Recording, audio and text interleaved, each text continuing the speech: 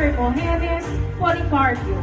Born in Santa Maria, Bulacan, she is a licensed pharmacist who graduated from National University in Manila in 1987.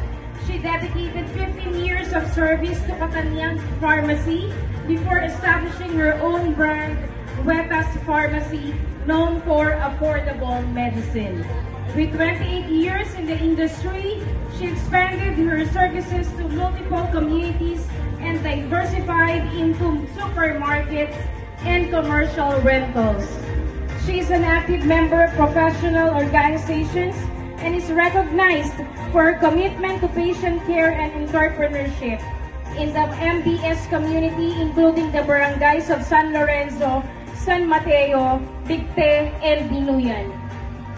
Beyond her career, she is a devoted wife to Mr. Danilo S. Policarpio, a mother of three who values family as her greatest inspiration and foundation.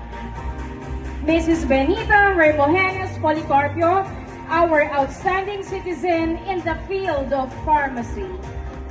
Okay, and let's proceed.